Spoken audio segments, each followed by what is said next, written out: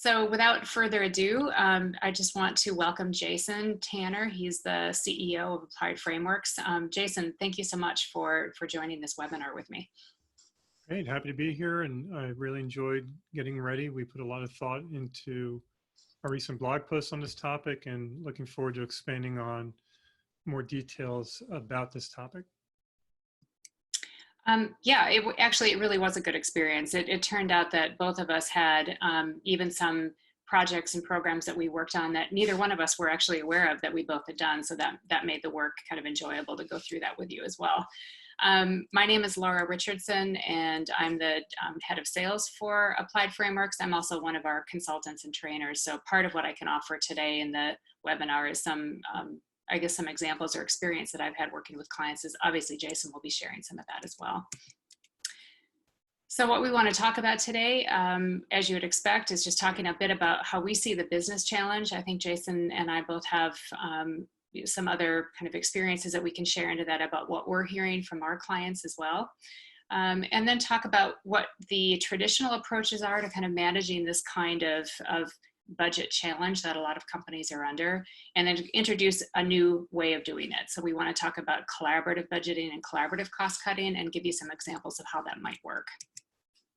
But before we get into that, I thought I'd just launch a really quick poll. Curious about what your reaction is to, what kind of challenges that you all might be facing based on the pandemic. So there should be a poll question in front of you, and I'll give you a few minutes to read those over. But Jason, I think when you and I were preparing for this, we were kind of expecting a range of, certainly some of our clients are actually experiencing a slight windfall here, right? Their services are really designed for the kind of challenges that companies are facing. I mean, Zoom is obviously a great example of that, but not everyone is in that. So I don't know if you have any thoughts about what you'd expect to see, but it looks like a healthy mix actually of people and responses. Yeah, there are segments that are actually doing quite well and thriving in some instances. We are seeing a lot of organizations that are making some obvious changes and cuts and reorganizing their budgets to get through this.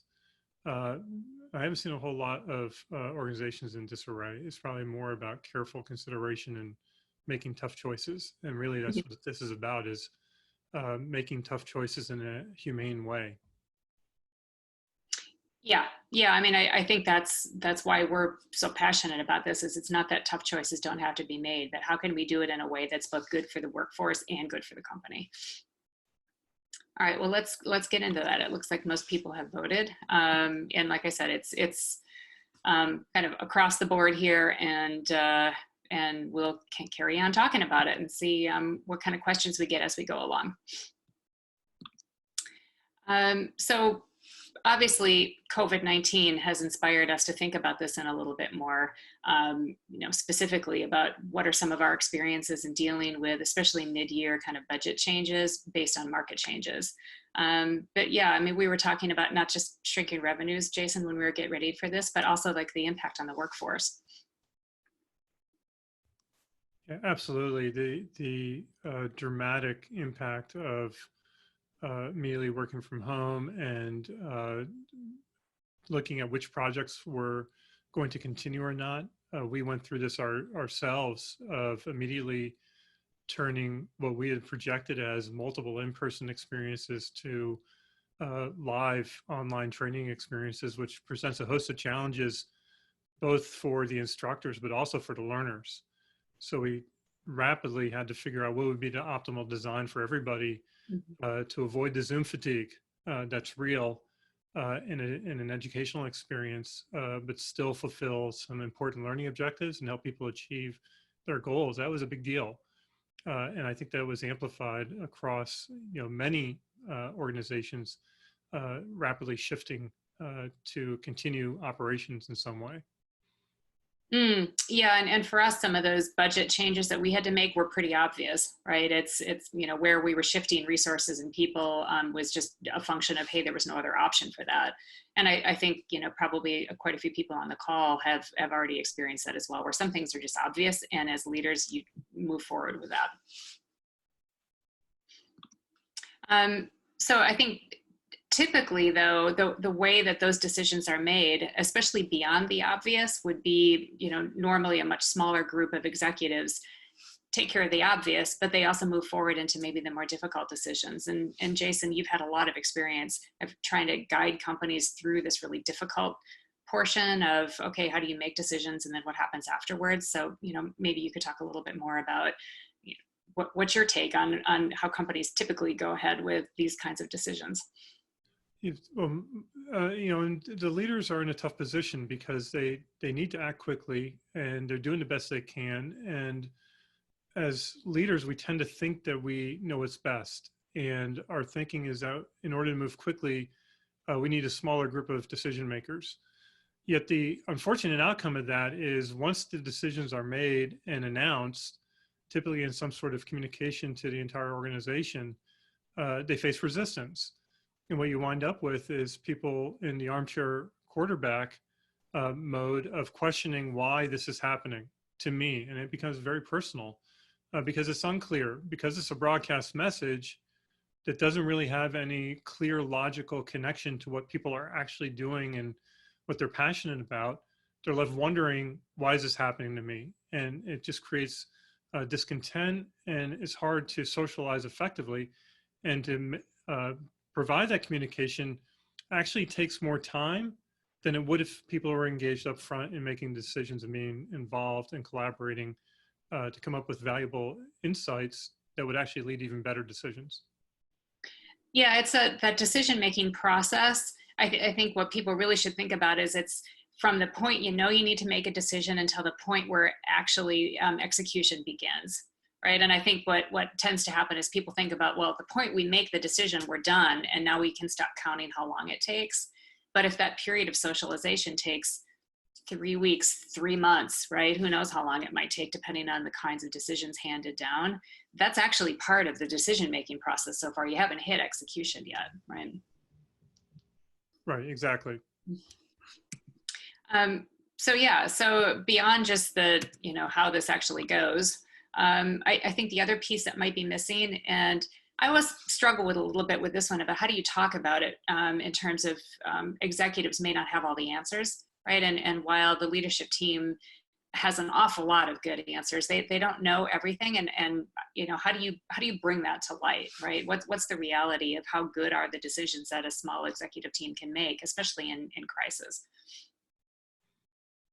Yeah, it's definitely a challenge because it tends to be data that is lacking in context. So we can look at spreadsheets, we can look at the numbers, but what we're losing is a lot more context and insights and actually perspectives that are deeper in the organization. Right. And the best ideas are deeper in the organization, but also the impact of these decisions, like the knowledge and understanding around that might be buried deeper in the organization. And, one of our attendees also pointed out that some of the executives are actually impacted by these decisions as well. So having a broader kind of understanding about what might be the right way to go, having a bigger group think about that might actually help ensure that the decision being made really is the best one for the organization. Exactly. Removing the bias is important. Exactly. So, okay, well, if the small group of executives may not be always the right choice for making especially significant budgeting and change decisions that we're talking about, really what we're saying is it's time to cast a wider net, right? And inevitably when I say that, or when we start talking about, hey, we need to cast a wider net and include more people in the budgeting decisions, I think some of the first reactions that people have is, oh yeah, well, how in the world is that going to make things faster, right? It's already hard for 8 of us to get to a decision within a day or two. If I have, 80 people or 800 people, and in some cases we can talk about, that many people being involved, how in the world is that going to be faster? Right. I think the image that comes to mind is, 200 people or more in a huge conference auditorium trying to make this decision, or a massive online meeting, and that's not the case. We're actually still talking about small groups collaborating, and then looking at the analysis across those groups. So I think that's the fundamental disconnect of speed and size, and how do I scale this information gathering to make better decisions, which is where, our experience and expertise comes in large scale distributed collaboration. And that's really what we're after, is engaging the entire organization in an efficient way to cast a net. Right, right. And more people doesn't necessarily mean it's going to be harder, right? I think everybody wants to be part of something that feels intimate and focused on the problem at hand. And yeah, as long as you're keeping groups of people to that 5 to 8, that's how it feels to be part of it as well. It doesn't feel like a broadcast event, which I think is important. So yeah, so how does it work? So the roots of how we approach this really come from the participatory budgeting movement. Jason and I have both been involved in this. My experience goes back to 2011 with the city of San Jose. So the city of San Jose has a multi-billion-dollar annual budget. And 2011 was definitely a year of budget shortfalls for them. And they decided to approach the budgeting from a different perspective. So in their case, it's not that they democratized the budget. They didn't provide citizens with 38 million or 68 million dollars, depending on the year we're talking about, to allocate directly. But what they realized they needed was more insights and input from the neighborhoods and neighborhood leaders on, okay, what are the best decisions to make given the fact that we don't have enough money to fund everything?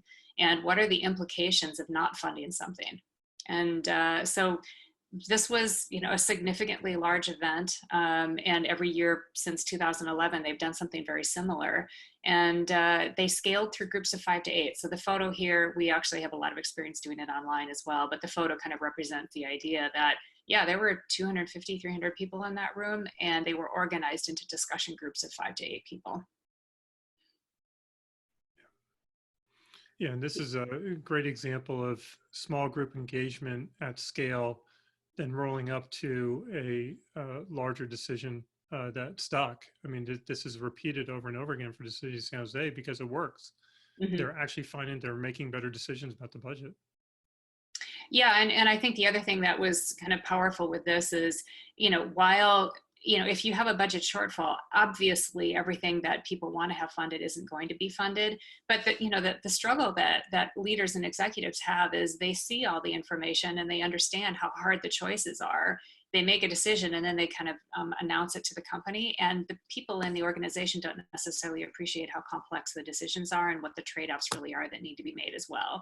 So what happened in San Jose, where the neighborhood leaders were actually able to struggle with the exact same problems that the board or the mayor has to struggle with as well, and which means that they have skin in the decision eventually made, and they can kind of justify to their neighborhoods why it has to be the way it is, right? They understood the whole process of how they got from beginning to decision being made, and there was no armchair quarterbacking, right? I mean, they were part of the process, and so they could defend it, legitimately. Exactly. Yeah, and then the other thing you can see here is, frameworks were used. So frameworks were used in the context of San Jose to organize the conversation and to ensure that the data and the insights that the data kind of created were able to be brought to, the city council, and they could analyze the results of that. So frameworks became incredibly important. This would have been chaos without frameworks, right? And I think that's one of the messages we want to move into now is, that is the secret sauce of all of this is how you organize it, and then the tools that you're giving the people to work with in order to have a positive result. All right, so let's get into looking at them. I know we're going to talk a little bit about 3 of them here: solutions by horizon, the strategic alignment cost matrix, and also a variation of BIA feature, which we kind of refer to as fund and initiative.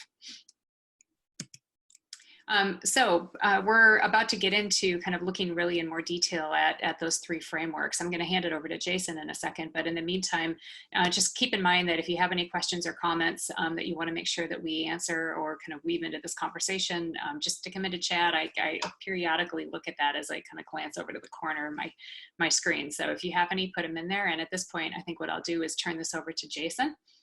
And let's see, Jason, you should be able to take the share. There you go. Take control. There you go. Yep, take control.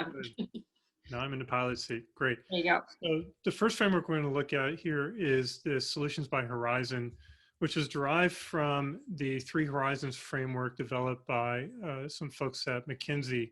This is really powerful framework to think about a portfolio of products. And I'm going to start here on the left with Horizon 3. Horizon 3 are the innovation investments, thinking about the new opportunities, small teams, performing experiments, prototyping, and trying to figure out viability for advancing an investment to commercial release. So this is early stage investments, typically smaller, and also those that some may win and continue on, and others we want to immediately evaluate for reinvestment. And the types of people that work here are really very much experimental.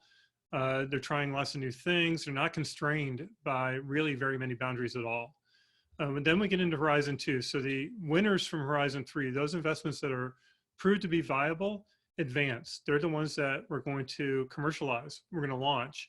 And the people that work here are really adept at new product introduction, new product releases and launches into the marketplace. And then once products are in the market, those are the Horizon 1 products and investments. Thinking about the transition here, it's really from going from early adopters, people just getting started, ramping up adoption. And if you want to use another metaphor, Horizon 1 products have crossed the chasm. We're scaling now. We're going from tens and hundreds of users to thousands and tens of thousands of customers and people using a product. And the type of people that work here are much more operational. And they have to be, because we're talking about scale, reliability, all of the things that we come to rely on. Typically here would be something like a credit card online servicing for a bank. So there's two phases here to Horizon 1. Those we're investing and growing, and then extracting would be the cash cows, the products that are very sustainable, very popular, and very profitable. And at some point, there's a transition to Horizon 0, which were end-of-life products and investments, those that are in a retiring phase.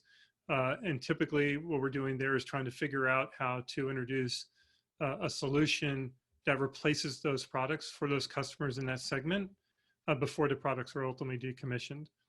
So with this type of framework, the action would be for the leadership team to plot out all the investments, get everything on the table. And the beauty here, to the point that was raised by one of the participants, is it's a level playing field. It's hard to be biased here because we're interacting with a group of peers that's cross-functional, that we're all trying to aim for the common good of the company, and we really have got to be very objective. It's very difficult to be subjective as we're making our arguments for where these investments are and the state of the investments. So let me drill in a little bit to this. As you see this initiative number 1, it's a Horizon 3 initiative. And what I've added here is some details about this investment. What is this project about? A short description about how Project Omega is about expanding into new markets and some potential business outcomes that we're expecting. Who are the people involved? Who's sponsoring this? Who's the product manager? And what's the state of the project?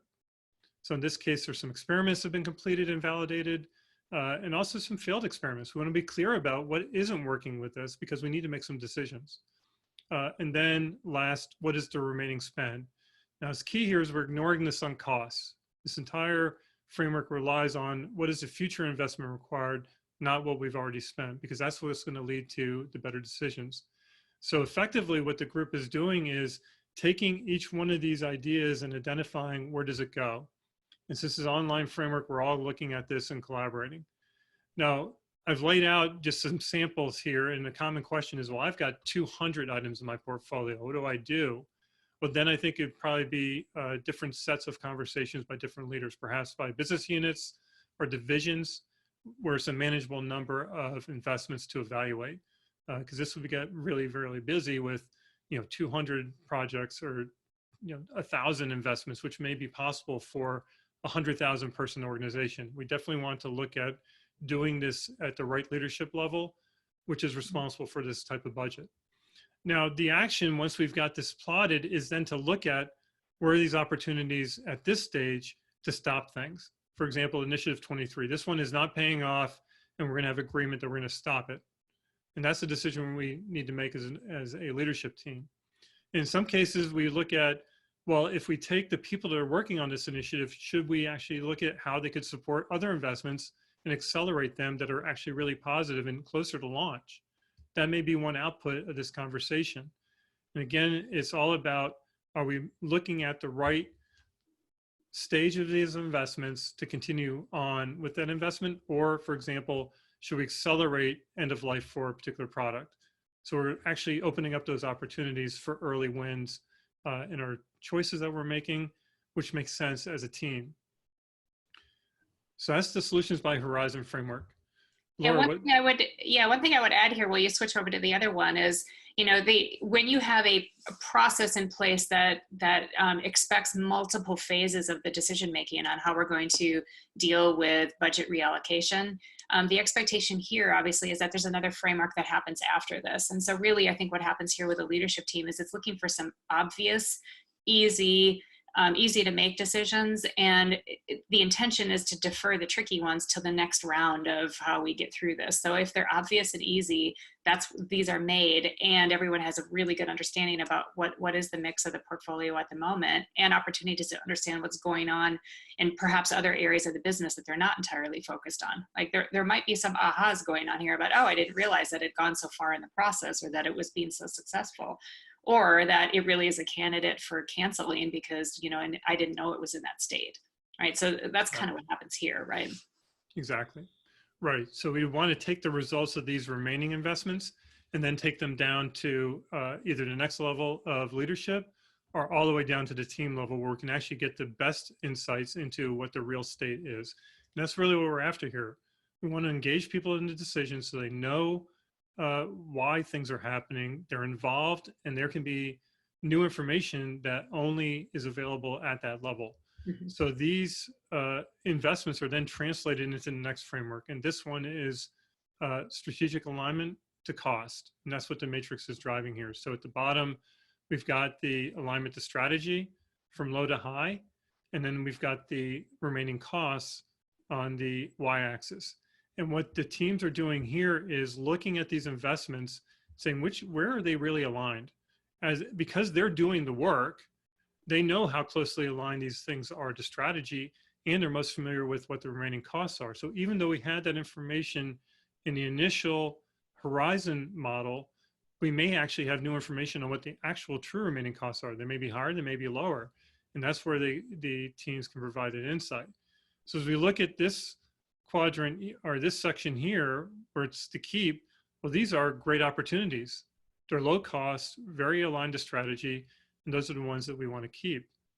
Then we may find we've got another one that is relatively high cost and also aligned to strategy. Well, this section here, we actually want to dig deeper because they're questionable. I have a high payoff, highly aligned to strategy item, but it's also expensive.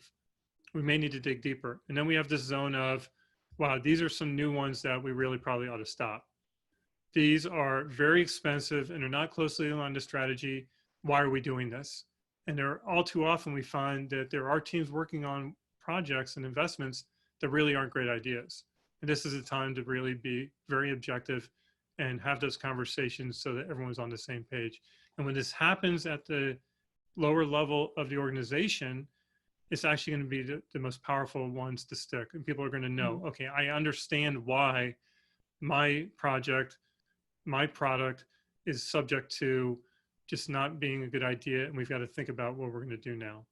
Yeah, it kind of gets into that idea of how are you framing the challenge that you're giving this group of people, right? And the challenge is framed in the sense of, what is best for the company given the current situation. And human beings are designed to kind of answer the question that you're posing them. And so it's fairly quickly people shed that perspective of, well, what's best for me? Because, hey, the other 6 or 7 people you're talking to are from different parts of the business. It's a cross-functional team. Ideally, that's how you want to set this up. And I would look completely ridiculous, and it would be awkward for me to not answer the question, which is what's best for the company, in front of 6 or 7 of my colleagues who aren't even in my group, right? So we're all playing by the same rules of the game at this point, and we are asked to step up into that leadership thinking around what are we going to do as an organization in order to make sure that we not only survive, but we thrive. Right. And there actually may be other opportunities there as well to see this from a different perspective of the whole set of remaining investments all on the table at the same time. And we're learning. Like I may be working with you and you're in a completely different area working on this interesting project. And I'm realizing, wow, that actually makes a lot more sense than what we're doing. How Hmm. can we actually create something different that's better for the organization by abandoning my investment so we can focus on yours? Hmm. Yep, absolutely. All right, so obviously that doesn't answer all of our questions, right? So what comes next? And what's the next framework that we can look at? So let me take you to kind of the third phase of this, which is, all right, well, we have that yellow box, right, of things that we need to dig deeper in. And this is where the framework that then becomes the engine of participatory budgeting and kind of the initial example of San Jose. This is the kind of final really get into this process where, hey, we've got, what is it, 14 initiatives that are left that were kind of from that yellow box, and we need to make some decisions around how do we cut additional budget. So in this case, the example that I kind of put together, and by the way, this is also outlined in a blog post that we'll share with you at the end of this, but we've got, what, $4.8 million of remaining spend on these programs, and the reality is our budget's 3.2. So if we have 3.2 million to allocate across what's more opportunity than resources, the fund and initiative framework here really helps do that. So you can see there are room for 8 participants per forum. Sometimes we'll do 5 or 6, but never more than 8. Each person joins the discussion with $400,000 of budget that they have direct allocation capabilities over. But clearly, each one of these items, some of them are, over $1 million, so you can't fund them alone. So to finish this activity or this exercise, the people who join have to jointly determine how they're going to allocate their portion of the budget in order to fully fund the initiatives that they think are the most important. Most important meaning best aligned to the goals of the company and most likely to provide the success that the company's asking for. So yeah, some of these are not going to be funded. So again, kind of that same concept, Jason, that we talked about a little earlier, which is if you have a good cross-functional team of people, whether they're at a very tactical team level or middle management or director level, you've asked them as adults to think about what's in the best interest of the company. They have a nice cross-functional team to discuss this with.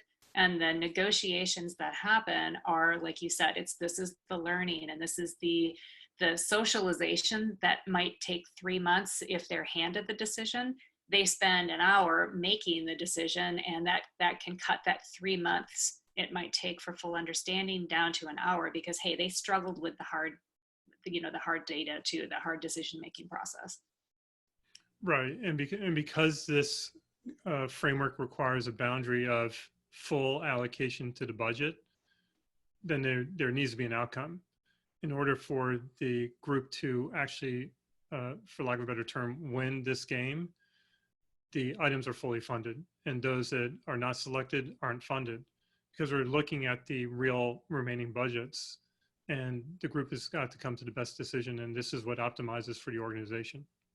Mm-hmm. Yeah, so in the case of San Jose, we did this with paper and fake money, right? In this day and age, we would not want to be doing that. And so we use a platform that now Scaled Agile has acquired called Weave, the Scaled Agile Collaborate or Safe Collaborate platform. And that makes this immensely scalable, right? Or infinitely scalable practically. I mean, you could have 2 or 3 teams do this and analyze the data set. You could also have 300 teams do this in parallel. So at the end of a few days, you could have a result of, okay, well, we had 300 people grapple with this, right? So what is the answer that comes out of that?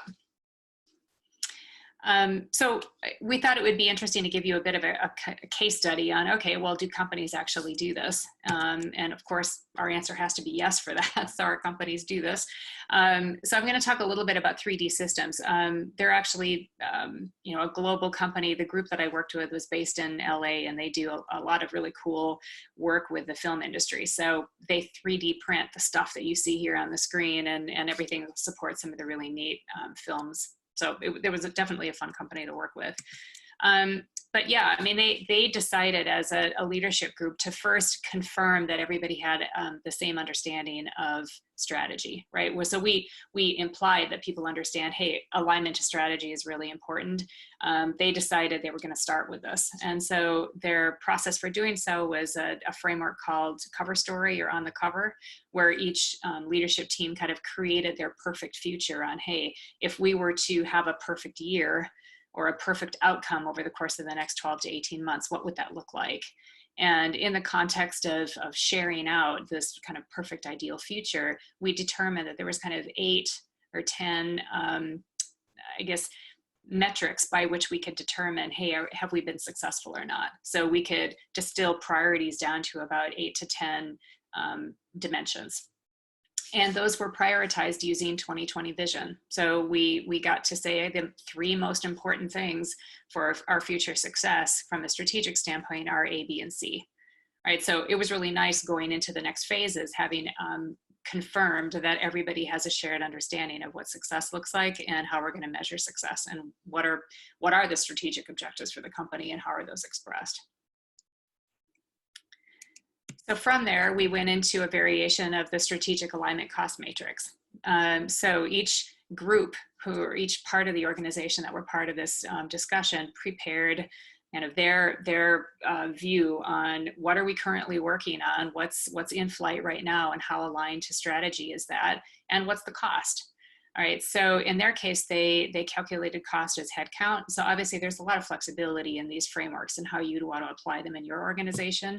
For some, cost might be literally the spend that's remaining, like the examples that Jason gave earlier. In this case, it was how many people are actually working on this.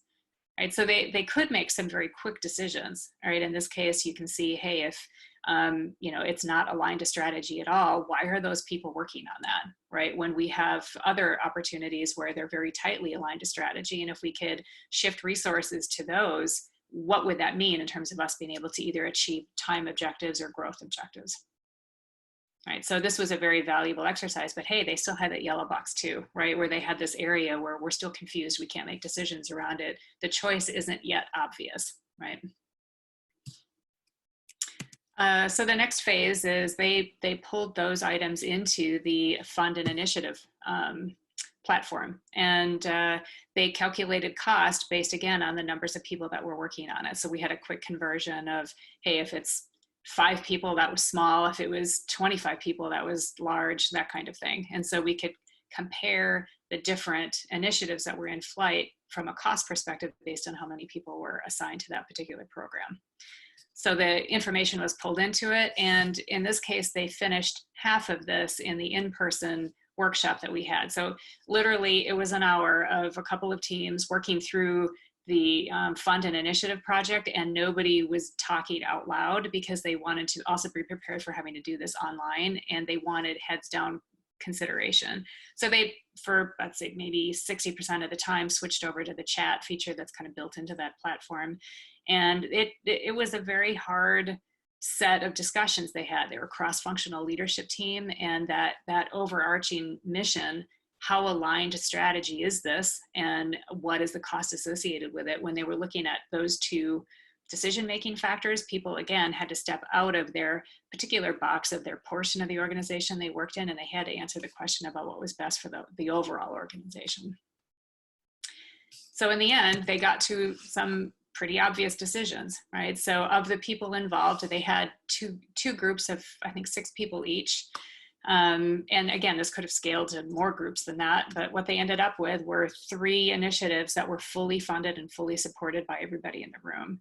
And then they had a handful that were fully funded by one or the other group. So again, the indication is that they were important. And half of the initiatives that were under consideration were not funded, and 2 were ignored completely, right? Not even discussed, not even partially funded, right? So they had some pretty clear alignment at the end of this about what they needed to go forward with and what they could just completely not do at all. So for them, this was an amazingly successful outcome of what could have been a really difficult decision-making process.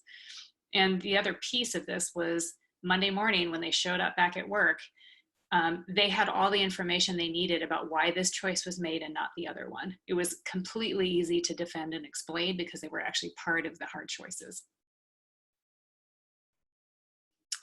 So that's a quick overview of how this worked for another company. Um, I want to send out a quick poll before we kind of get into more Q&A, but if other people have some questions as we kind of go forward in the next 5 or 10 minutes, please put them into chat because we do have a little time to answer those. Let's see if I can launch the poll here. All right.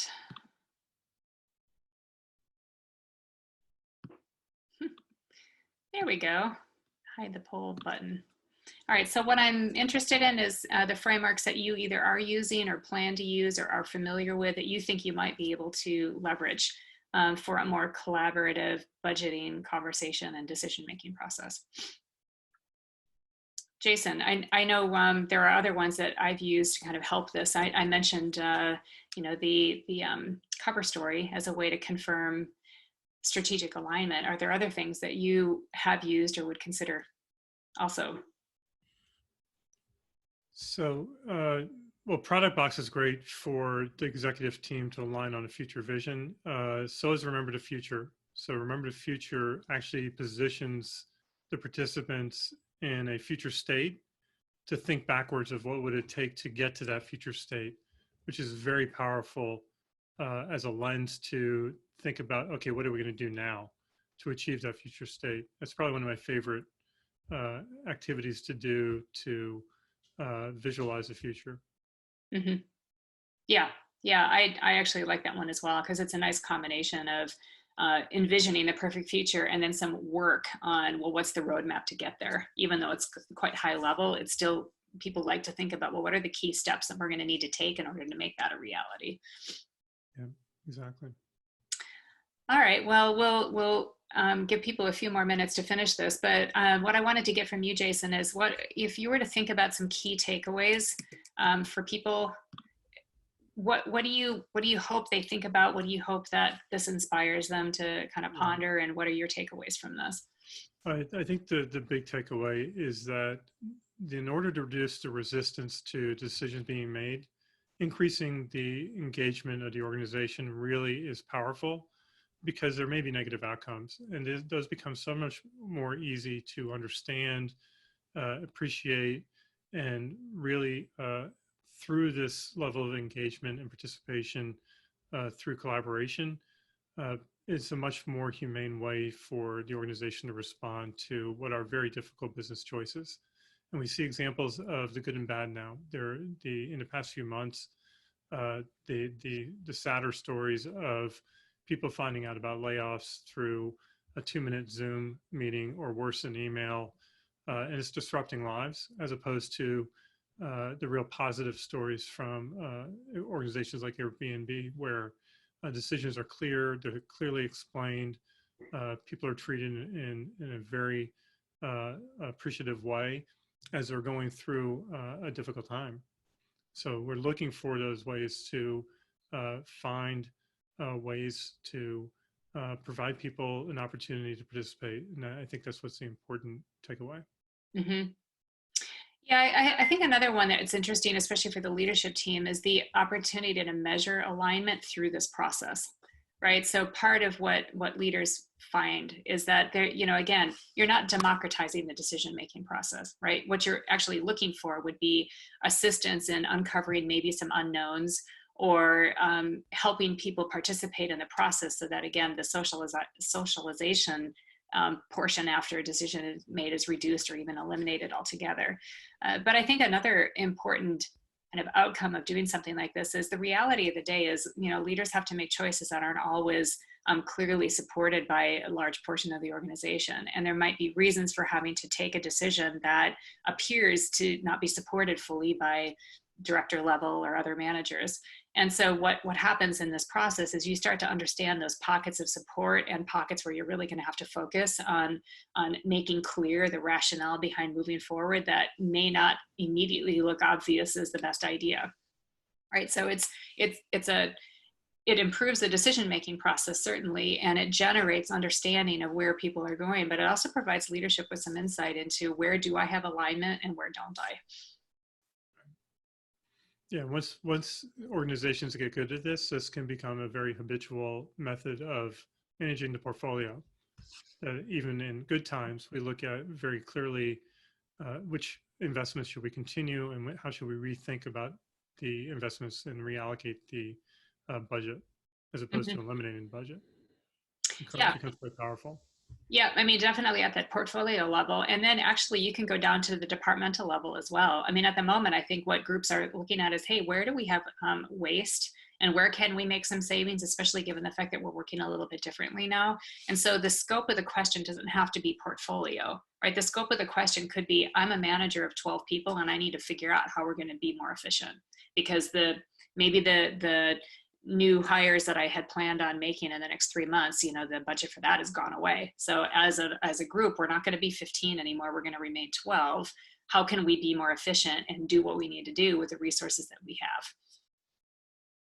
Right? It's the same process, right? It's just Exactly. the question's different and the participants are different. Right.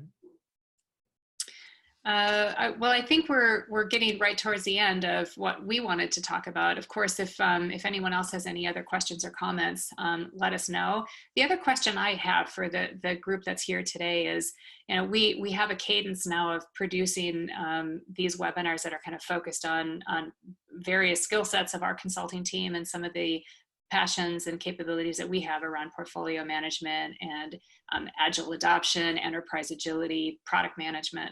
Are there other areas of I guess, problems or questions that you have that you would like us to cover in a future webinar? So if you have some topic suggestions, pop them into chat. We'd love to know what you think about that. Jason, do you have any other questions that you want to pose to the group that's on the call today? It's probably a great question. And I guess what's always interesting to me is what they're getting out of this, you know, how else we can help explain these deeper. Of course, we love talking about these frameworks and teaching people about it. So I'd be interested in what they need to go deeper. Yep, so you can put it into chat. You can send either one of us an email if you have other, you know, tomorrow or Monday or, you know, after the holidays, if you have other things that come up for you, if you want to get in touch with us, please do. Also at the, I guess within a day or two, you'll be getting an email from me with a link to this recording and also to the deck that we used. And so you can share it as widely as you'd like to with your colleagues and friends. And then I guess lastly, we always like to add a blog post to take a look at. And so this topic has a companion blog post. You can find that on our blog page about the collaborative cost cutting. And Jason talked a couple of times about the fact that we are passionate about frameworks. And so one of our consultants on the team wrote a really fantastic blog post about frameworks for crisis management. And his perspective is as a nuclear submarine officer. And so I think that one is not only a good read, but it has some good suggestions as well. So Jason, thank you so much for working on this topic with me. It's been nice to talk about it with you in a webinar setting as well. So anything else you want to say before we sign off for the day? Yeah, there was a question that came up of like, how do you use this set of frameworks that involve reducing staff? And it's hard to be collaborative with this type of cost cutting. And that's a really great question. And I think that the answer is in framing the activity that we're talking about. So before the big decisions are announced, this is like a clear communication to the people to be involved, potentially all the way down to the team level, that we are analyzing the entire set of investments we're making as a company because we have tough choices to make. Here are our projections, and here's our target, and here's where we need your help. And I think that's the key is to this question of, we know what the outcome is going to be. We are going to be operating in a very difficult, volatile environment. As an organization, to survive, we have to make tough choices, and we need your help in determining what those choices will be, which I think leads to people being engaged. We know it's going to be hard. We know that there are going to be changes to the organization. At least now we're involving everybody. And I think that's the framing from the leadership team, which leads to the engagement, leads to the collaboration. Because if I'm involved in the choice, I understand what's happening, even if it's happening to me. I knew that I had a voice. And sometimes that's what's important, that people are heard, even if the outcome is not going to be positive. Yeah, I mean, the reality is people know when they're working for a company that's struggling from a shift in the marketplace. It was, nobody's fault, right? And so everybody knows that the struggle is real. And yeah, I think you're right. I mean, it's the humane way to make sure that not only is the decision the best one possible, but that people actually have a voice and can understand why it happened, so that it's everybody, I think, does better with bad news when it's understandable, right? Right. Yeah, there was another question about deciding the cost of the items in the funded initiative framework.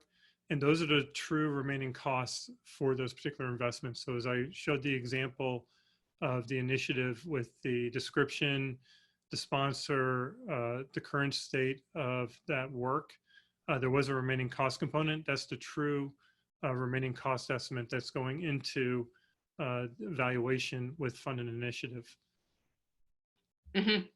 Yeah, that's a good question too. Yeah, I mean, how you price something, there's some standard guidelines for that we tend to follow, but there's obviously a lot of room for creativity there too. Just like the other company I worked with decided to use headcount rather than actual cost, and so there are many ways to do that. We've done it in a lot of different ways, and so we'd be more than happy to take an email about that as well and kind of give you some of our best practices. Yeah. And one other question I see is there a simple way to introduce this to an executive? Because asking them to watch this 45-minute webinar is a non-starter. No matter how great we are, Laura, I think that two things: we will be providing the slides to Yep. this. And if you need a version to edit, please do let us know and we can do that, because we'll be sending out probably a PDF. And also feel free to reach out to us if you'd like a version of the blog post that we wrote that would be suitable to present to an executive, because I think that positioning and explanation in the post we wrote really condenses this down and summarizes the points that we're making here. What this webinar does is show how the frameworks operate, actually trying to show the visualization of where these investments are moving around within the frameworks and the conversations is happening. So hopefully that's what a good answer to that question for the person who asked. Mm-hmm. So Jason, I'm really glad that you're watching the questions. So if I missed any other ones, I think we hit them all. we hit them all. All right. Well, thanks again for joining us today, Jason. Thank you for doing this with me, and we look forward to hopefully seeing you in future webinars that we do. But yeah, thanks a lot, and have a nice weekend.